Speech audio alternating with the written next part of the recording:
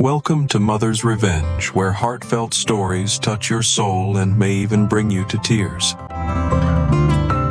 My father stood at my college graduation, grabbed a microphone in front of 350 people, and announced that I was the single biggest waste of money he had ever made in his entire life. Everyone laughed. My mother, Linda, stared at the ground like she was trying to disappear into it. My 15-year-old sister, Chloe, the only person in my family who ever celebrated anything I did, started crying right there in the crowd. She was holding a homemade poster she had spent 3 days decorating. It said, "That's my brother," in bright blue glitter. I watched her lower it to her side like she was ashamed to be seen with it. And my grandmother, Eleanor, my father's own mother, sat in her wheelchair with her jaw tight and her eyes burning holes into the back of her son's head. Me, I didn't scream. I didn't defend myself. I didn't do any of the things I had imagined doing for the past 22 years whenever my father decided to remind me that I wasn't the son he wanted. Instead, I walked straight up to him, handed him a locked briefcase, and left the ceremony without saying a single word. He opened it right there in front of everyone, expecting another punchline. Maybe he thought I had stuffed it with Monopoly money as some kind of joke. Maybe he thought it was empty. Maybe he didn't think at all because thinking would have required him to consider that I might actually be capable of something. But when he saw what was inside, his face changed. The smirk disappeared. His hands started shaking. And then my father, David Hayes, the man who had spent my entire life telling me that real men do not cry, that emotions are for the weak, that toughness is the only currency that matters in this world, dropped to his knees on the grass and sobbed like a child. 350 people watched in complete silence. I didn't see it happen. I was already in my car by then, driving away from the university, my hands locked on the steering wheel, my chest so tight I could barely breathe. But my sister told me about it later. She said our mother had to help him stand up. She said Grandma Eleanor wheeled herself over, took one look at the documents inside that briefcase, and said loud enough for everyone nearby to hear, "That boy just saved this whole family and you called him a waste." My name is Brandon Carter. I am 22 years old. I just graduated from Miami University, Ohio, with a degree in accounting, a field my father once described as paper pushing for people too soft to do real work. I worked 2 jobs through college. I tutored students in math during the day and loaded trucks at a warehouse at night. I ate ramen so many times that I still cannot look at the stuff without feeling sick. I skipped every spring break trip, every party, every weekend getaway that my classmates took for granted. And I did all of it for one reason, not to prove my father wrong, not to earn his approval, not even to make him proud. I did it to save him. Because here is the thing about my father. He is a proud man, stubborn as a rusted bolt. He opened Hayes Auto Shop back in 1989. And for a long time it was the most respected auto shop in our small Ohio town. People came from 3 counties over to get their trucks fixed by David Hayes. He built that business with his bare hands, and he never let anyone forget it. But pride does not pay bills. And by the time I was in high school, the shop was drowning. Big chain auto centers moved in. Customers disappeared. My father refused to adapt, refused to advertise, refused to do anything that might suggest he needed help. So he did what proud men do, and they are desperate. He made a terrible decision in secret. He took out a second mortgage on our family home to keep the shop alive. It did not work. By my sophomore year of college, my parents were 3 months away from losing everything. The house I grew up in, the garage my father built, every single thing the Hayes name had ever stood for. And my father never told anyone. Not my mother, not my grandmother, not my sister. He carried that weight alone, letting it crush him from the inside while he took out his fear and shame on the easiest target available. Me, the son who chose books over wrenches, the son who wanted something different, the son who in his eyes had already abandoned the family by refusing to follow in his footsteps. But I knew I found out by accident one night, and once I knew I could not unknow it. I could not pretend. I could not walk across that graduation stage and accept my diploma while my family's entire future crumbled behind the scenes. So I made a plan, a 2-year plan that cost me my sleep, my social life, and very nearly my sanity. And on graduation day, I handed my father the results of that plan in a locked briefcase. What he found inside changed everything. I grew up in Willow Creek, Ohio, a small town about 45 mi east of Dayton, where everybody knew everybody, and your family's reputation followed you like a shadow. The kind of place where people still waved at each other from their pickup trucks and asked about your grandmother at the grocery store. The kind of place where success meant owning something with your name on it. My father owned Hayes Auto Shop. That meant something in Willow Creek. For most of my childhood, that shop was the heartbeat of our family. I remember being 5 years old, sitting on an overturned milk crate in the corner of the garage, watching my father slide under a Chevy with a wrench in his hand like he was born holding it. He moved with confidence back then. He laughed more. He would ruffle my hair when he walked past me and say things like, "One day this will all be yours, son." I believed him. I wanted it to be true. But somewhere along the way, I stopped fitting into the picture my father had painted in his head. I was not good with my hands. I could not tell a carburetor from a catalytic converter. When I was 12, he tried to teach me how to change a tire, and I stripped the lug nut so badly that he had to call his mechanic friend to fix my mistake. He did not yell that day. He just looked at me with this expression I will never forget. Disappointment so heavy it had its own gravity. After that, he stopped asking me to help at the shop. I found other things I was good at. Numbers made sense to me. Patterns, spreadsheets the way a budget could balance if you just moved the pieces around the right way. My teachers noticed. Mrs. Morgan, my 7th grade math teacher, told my parents at a conference that I had a gift for analytical thinking. She said I should consider a career in finance or accounting. My father's response was so he can count other people's money instead of making his own. My mother laughed nervously and changed the subject. That was her specialty. Linda Hayes had mastered the art of deflection the way some people master instruments. She could steer conversation away from conflict so smoothly you did not even realize it had happened. She worked as a cafeteria manager at the local elementary school, spending her days feeding other people's children and her evenings keeping the peace in a house that felt more like a battlefield.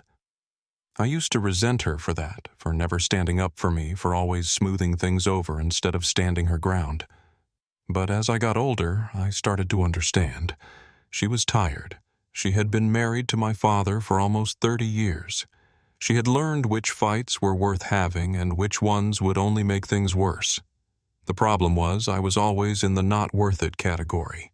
The only people in my house who ever made me feel like I mattered were my sister and my grandmother, Chloe and Eleanor. Chloe was 7 years younger than me, which meant she was around 8 when I started pulling away from my father's expectations. She never knew the version of me that tried to fit in at the garage. She only knew the version that stayed up late studying, that explained her math homework to her when she got stuck, that drove her to school every morning and let her pick the radio station even when she chose songs I hated. Chloe believed in me with a ferocity that I did not deserve. She was the one who made a countdown calendar for my graduation. She was the one who begged our parents to rent a nice restaurant for a celebration dinner. She was the one who spent 3 days covering a poster board with glitter glue and magazine cutouts because she wanted me to see her in the crowd and know that at least one person was proud. And then there was Grandma Eleanor. My father's mother was 79 years old, sharp as a blade, and confined to a wheelchair after a stroke 5 years earlier. She lived with us in the back bedroom that used to be a den. Most people made the mistake of thinking her condition had dulled her mind. It had not. Eleanor Hayes saw everything.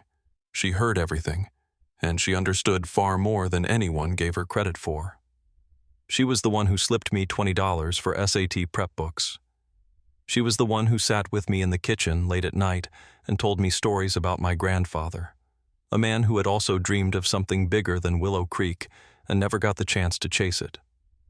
She was the one who told me the night before I left for college, "You go become something, Brandon. Do not let him shrink you down to fit his small idea of what a man should be." I carried those words with me for 4 years.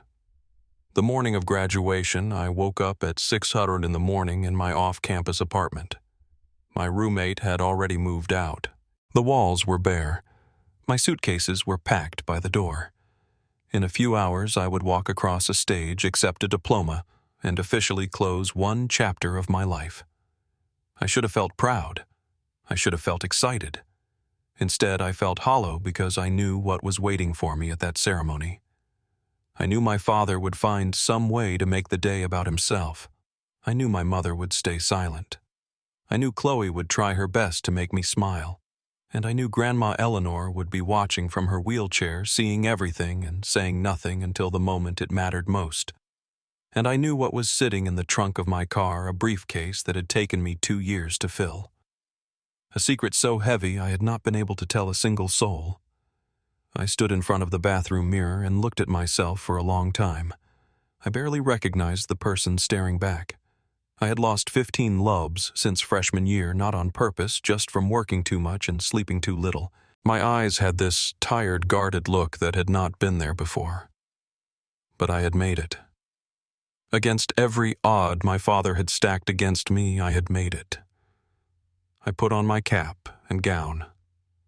I grabbed my keys and I drove to the ceremony with the windows down, letting the warm May air fill the car, trying to convince myself that everything was about to change.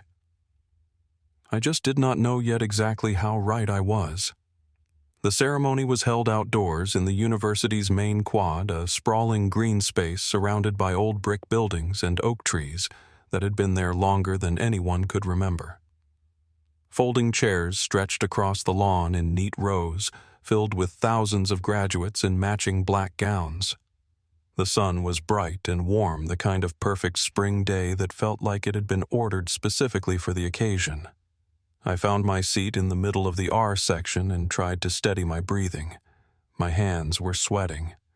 I kept wiping them on my gown, but it did not help. My classmates were laughing and taking selfies, hugging each other and talking about their summer plans. I smiled when people looked at me, but I was not really there.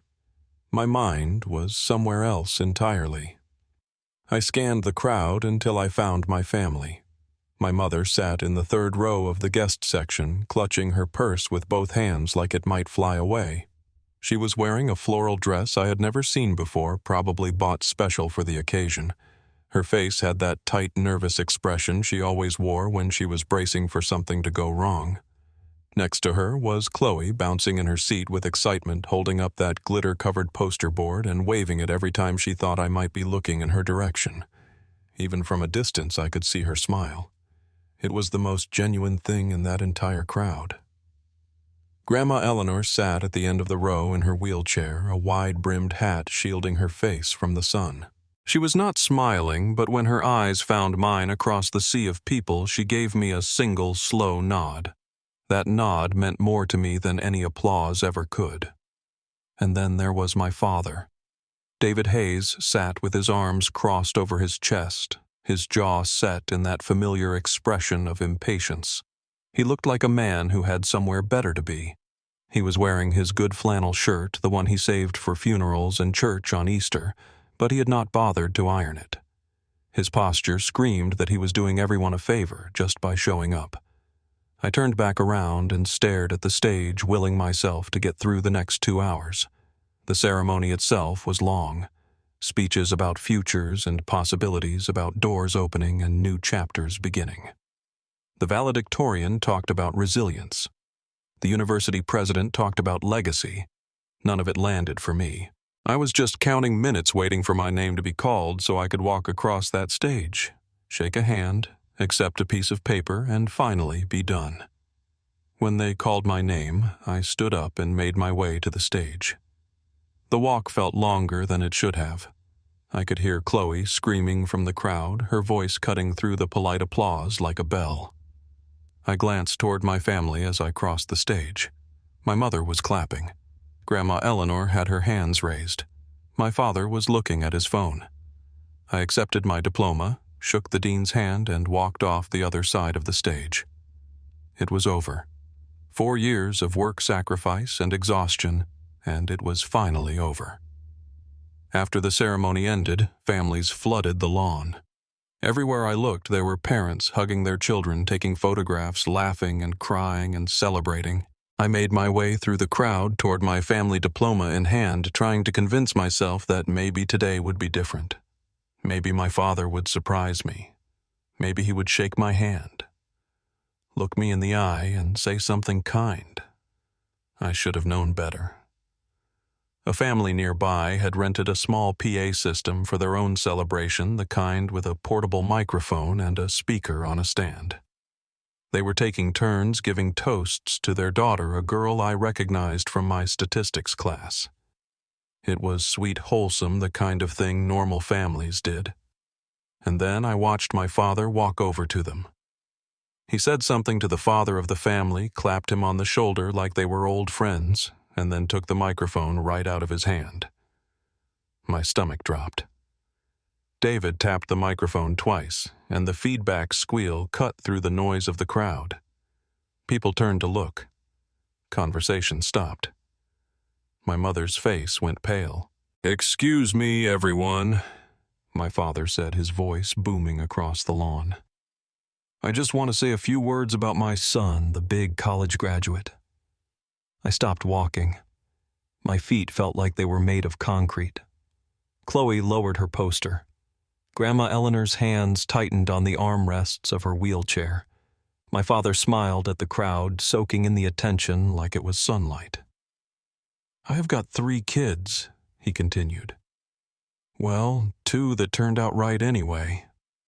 A few people laughed. Nervous, uncertain laughter. The kind people give when they are not sure if something is a joke. This one here, Brandon, he has been draining my wallet for 22 years. 4 years of college to learn how to push papers and sit at a desk. I told him 100 times, get a real job, learn something useful. But he knew better.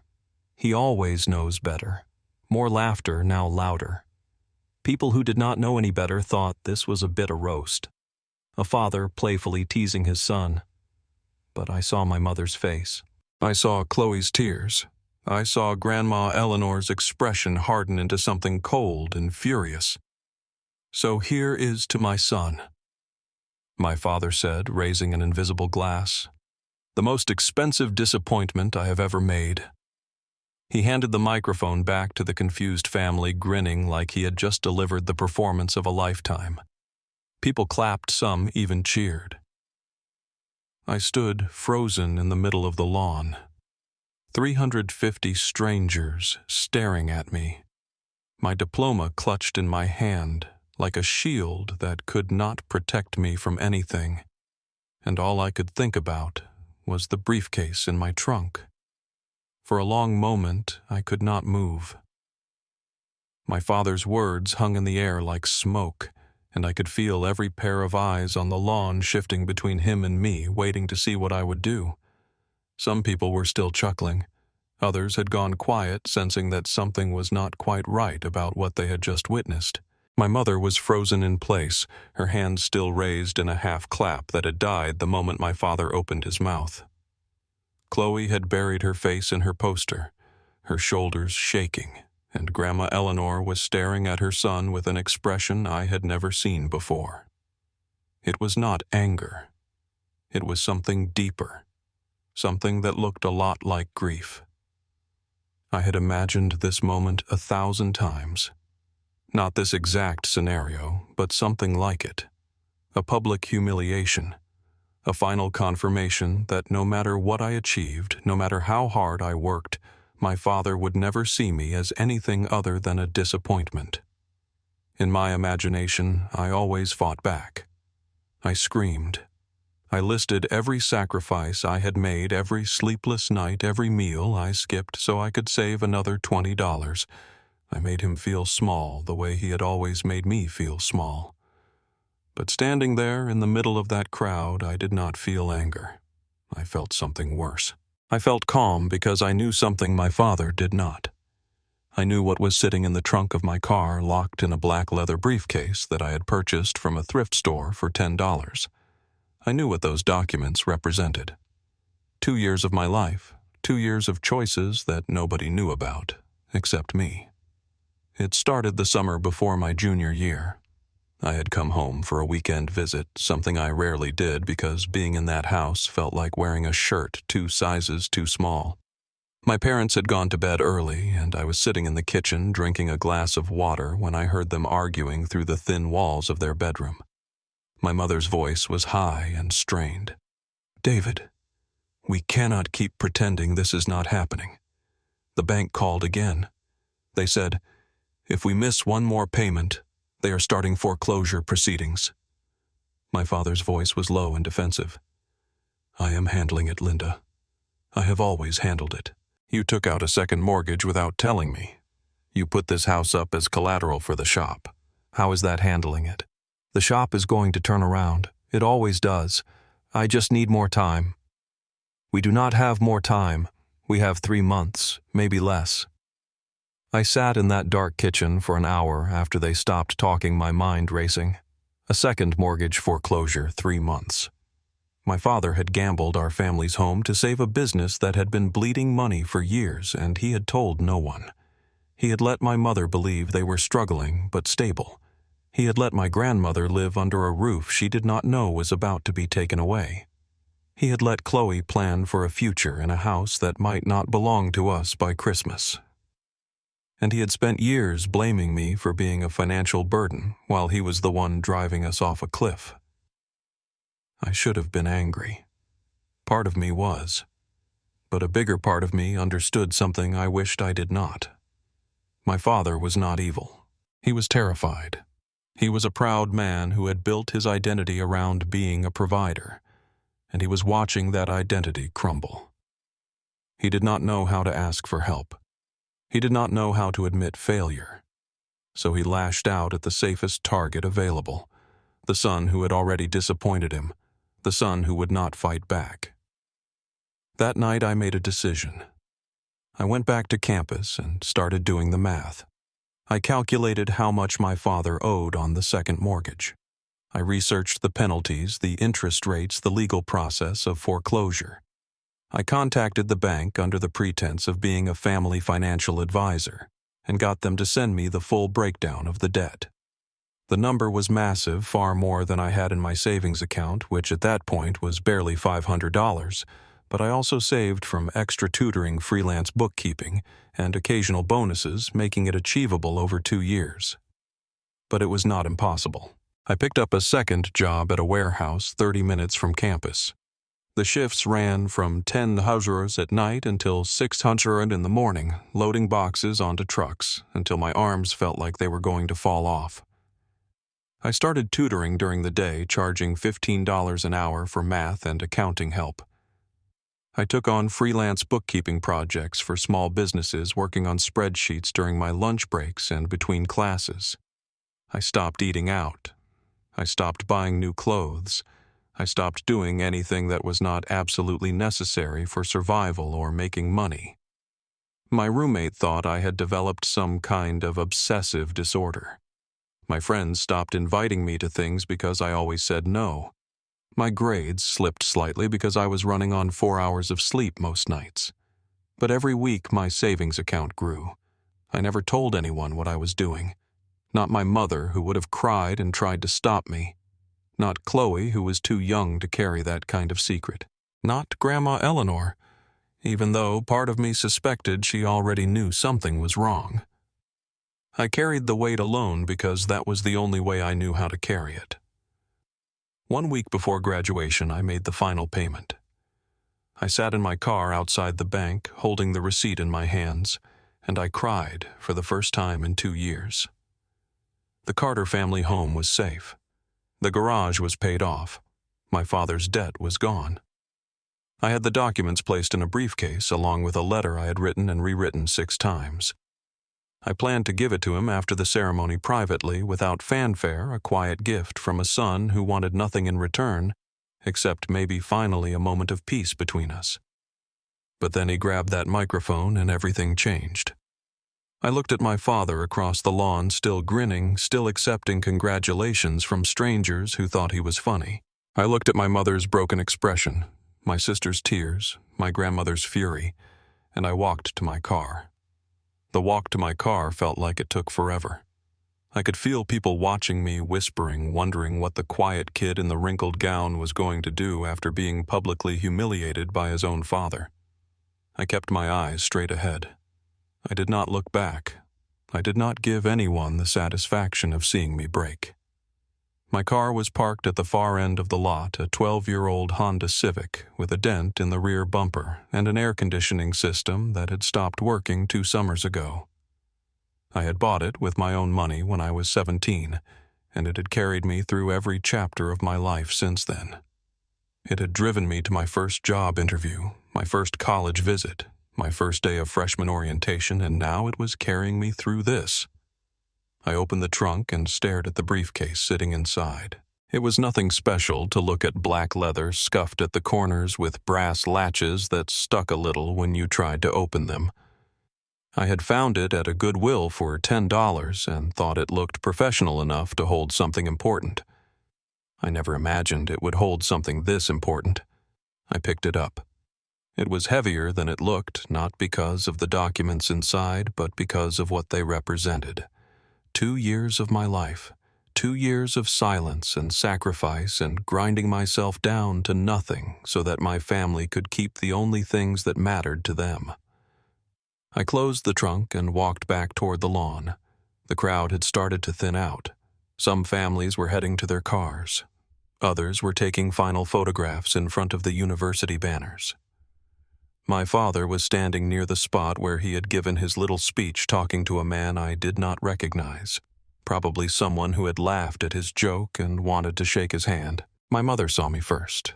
Her eyes went wide when she noticed the briefcase, and I could see her mouth form a question she did not have the courage to ask out loud. Chloe looked up from where she had been sitting on the grass, her poster abandoned beside her, her face streaked with dried tears. Grandma Eleanor turned her wheelchair slightly to get a better view. I walked straight up to my father. He noticed me and smirked. "Back for more? I thought you would have run off to cry somewhere by now." I did not respond. I just held out the briefcase. He looked at it, then at me, then back at the briefcase. "What is this supposed to be, your little diploma in a fancy case? You want me to be impressed?" "Open it," I said. My voice was steady. I did not recognize it. It sounded like it belonged to someone older, someone who had been through more than a 22-year-old should have to endure. But it was mine. My father laughed and looked around at the people still lingering nearby. "You hear this, he has got a presentation for me. 4 years of college, and he learned how to be dramatic." "Open it," I said again. Something in my tone made his smile falter. The people around us went quiet. My mother took a step closer. Chloe stood up from the grass. Grandma Eleanor leaned forward in her chair, her eyes locked on the briefcase like she already knew what was inside. I set the briefcase down on a nearby folding table, the same one that had held programs and pamphlets earlier in the day. I looked at my father one last time, and then I turned around and walked away. I did not run. I did not look back. I walked to my car, got inside, started the engine, and drove out of that parking lot without once checking my rearview mirror. I found out later what happened next. My father stood there for a moment, staring at the briefcase like it might explode. A few people encouraged him to open it, curious about the drama unfolding in front of them. My mother begged him to wait to do it privately, but David Hayes waved her off. David Hayes never did anything privately. He loved an audience too much. He flipped the latches and opened the lid. Inside were 3 things. The first was a thick manila envelope containing the payoff documents for the second mortgage on our family home. Every page was stamped with the words, "Satisfied in full," in red ink. The balance owed was listed as 0. The second was the deed to Hayes Auto Shop, free and clear of all liens, along with a letter from the bank confirming that the business loan had been paid in its entirety. The third was a handwritten letter from me. My father's hands were shaking as he pulled out the documents. He read the bank statements first, his eyes scanning the numbers like he could not believe what he was seeing. My mother moved closer and looked over his shoulder. I heard later that she gasped and covered her mouth with both hands. Then my father unfolded my letter and started to read. I had spent weeks writing that letter. I must have gone through 6 or 7 drafts before I got it right. I did not want it to be angry. I did not want it to be a weapon. I just wanted him to understand. The letter said, "Dad, I found out about the loans 2 years ago. I heard you and Mom arguing about the foreclosure notices, the missed payments, the second mortgage you took out without telling anyone. I know you were 3 months away from losing everything. I know you did not tell anyone because you were ashamed. I am not writing this letter to make you feel guilty. I am writing it because I want you to know that even though you never believed in me, I never stopped believing in this family. Every dollar I made for the past 2 years went toward paying off your debt. I worked 2 jobs. I skipped meals. I gave up everything I could give up so that you and Mom and Chloe and Grandma Eleanor would never have to lose your home. As of last Tuesday, you owe nothing. The shop is yours. The house is yours. I did this because you are my father, and because I love you. Even when you made it impossible to, I do not need you to be proud of me anymore. I just needed you to be okay. Brandon." My father read the letter out loud. His voice cracked on the second sentence and broke completely by the third. By the time he reached the end, he was not reading anymore. He was sobbing. His knees buckled and he dropped to the grass right there in front of everyone, the documents scattered around him. My mother knelt beside him, crying and holding his shoulders. Chloe ran over and threw her arms around both of them. And Grandma Eleanor wheeled herself forward, looked down at her son, and said in a voice loud enough for everyone nearby to hear, "That boy just saved this entire family. David and you called him a waste." 350 people watched in silence as my father fell apart. I was not there to see it, but I felt it. Somewhere on a highway outside Dayton, driving with no destination in mind, I felt the weight I had been carrying for 2 years finally begin to lift. I drove for 3 hours that day. No destination, no plan, just miles of highway stretching out in front of me and the hum of the engine filling the silence. I turned off my phone after the first dozen calls from my mother. I was not ready to talk. I was not sure I would ever be ready. I ended up at a rest stop somewhere near the Indiana border, sitting on the hood of my car and watching the sun go down behind a row of pine trees. My cap and gown were crumpled in the back seat. My diploma was still in its leather folder untouched. I had just graduated from college, accomplished something I had worked toward for 4 years, and all I could feel was empty. Not sad, not angry, just hollow, like I had poured everything I had into that briefcase, and there was nothing left inside me. I stayed at a friend's apartment in Dayton for the next 3 days. Tyler was a guy I had tutored during sophomore year, and he did not ask questions when I showed up at his door looking like I had not slept in a week. He just handed me a pillow and pointed to the couch.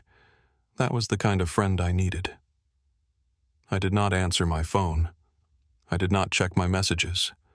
I did not want to know what my father had said after he read that letter because part of me was terrified that it would not be enough. That even after everything I had done, he would still find a way to make it about himself, that he would twist my sacrifice into another reason to criticize me.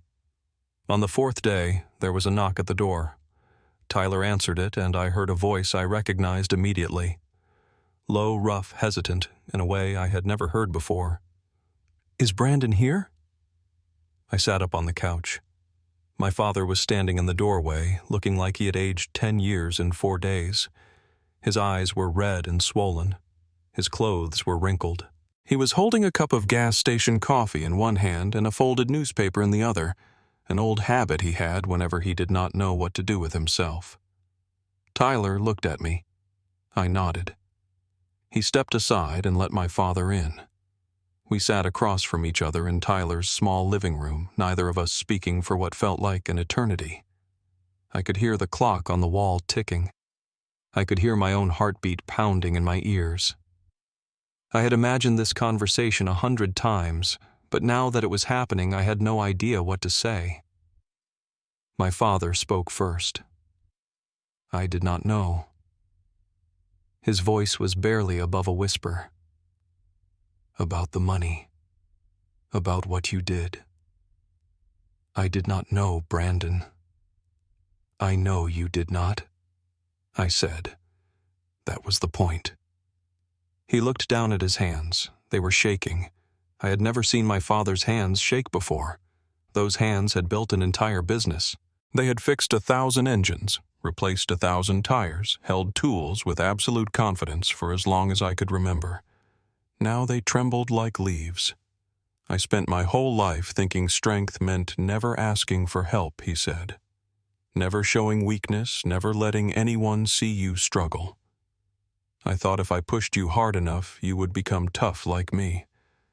I thought I was preparing you for the world. He paused and took a breath that sounded like it hurt. But you did not become like me, Brandon. You became better. You became the kind of man I should have been. And I was so busy being disappointed that you were not following my path that I never stopped to see the path you were building on your own. I did not say anything.